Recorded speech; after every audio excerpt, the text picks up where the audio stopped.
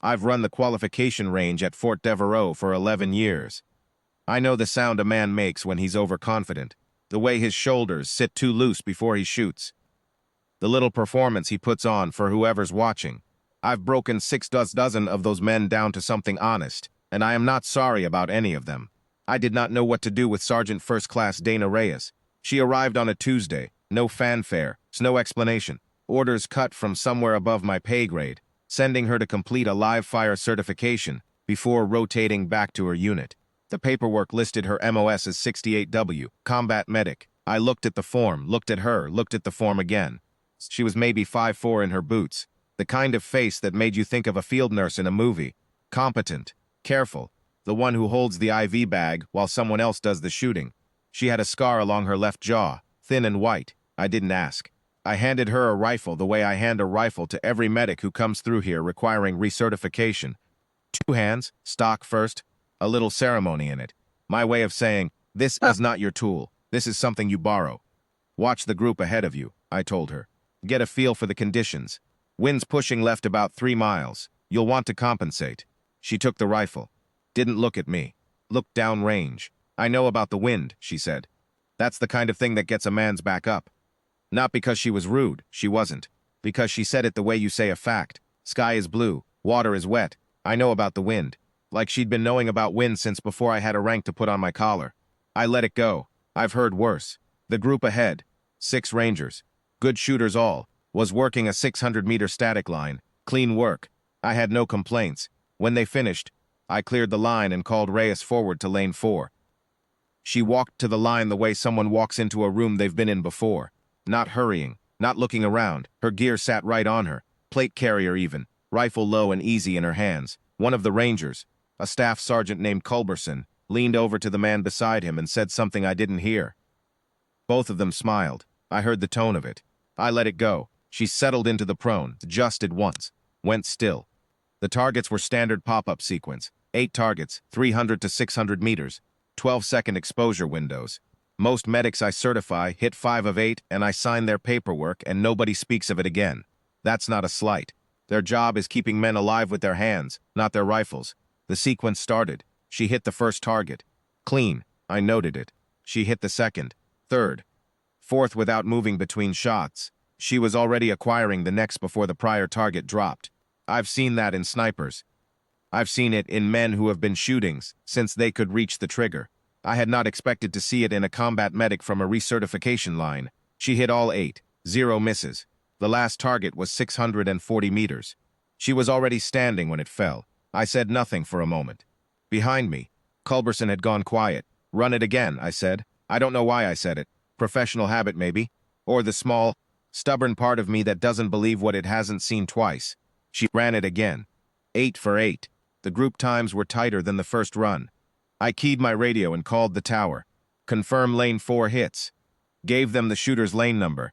The voice that came back said, lane 4, 8 of 8, both runs. Confirmed. I looked at Reyes. She was clearing her weapon, moving through the steps with the same unhurried competence she'd used to shoot. Not performing it, just doing it. Medic, I said. Who taught you to shoot? She looked up. Those eyes, I keep coming back to them when I tell this story. Not hard, not proud, just even. Like a man who has already won the argument and doesn't need you to know it. Nobody, she said.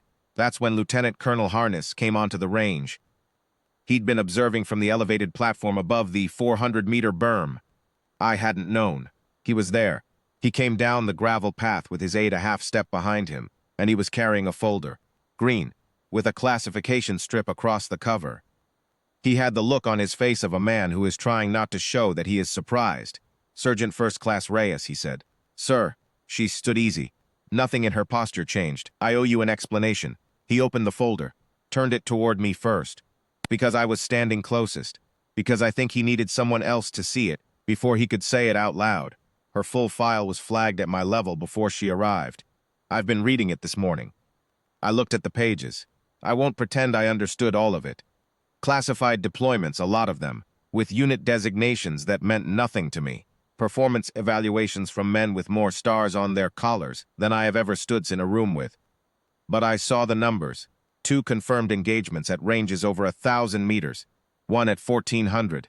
A commendation I had to read twice because the action it described. 2 SEAL advisors pinned in a drainage channel, 11 hostiles, a rifle she had borrowed from a wounded master sergeant. Did not read like something a field medic did. It read like something a ghost did. I looked at her. She was watching the middle distance. Not embarrassed. Not proud. Waiting, the way a patient person waits, for the administrative part to finish. The 68W designation is her cover, Moss Harness said. He was speaking to me now, and I understood that he needed to say this out loud as much as I needed to hear it. Her primary designation is 18 series. She embedded as a medic on 3 deployments to maintain access and profile. Everything she did there, he touched the folder, she did secondary, after her primary job was done. Behind me, someone exhaled. I thought about Tuesday, the way I'd handed her that rifle. The little ceremony in it, my private statement. This is not your tool. I thought about the way she'd taken it without comment, the way she'd said I know about the wind, like she was stating the weather, the 8 targets, the second run. 11 years I've run this range. I have sent men away from this line feeling smaller than when they arrived. I have never once considered that I might be the smallest person standing on it. Sergeant First Class. I said it, and I meant it to land the way it should have landed on Tuesday. Her rank, her name, the full weight of it. I apologize for the orientation I gave you. She looked at me. Not long, long enough.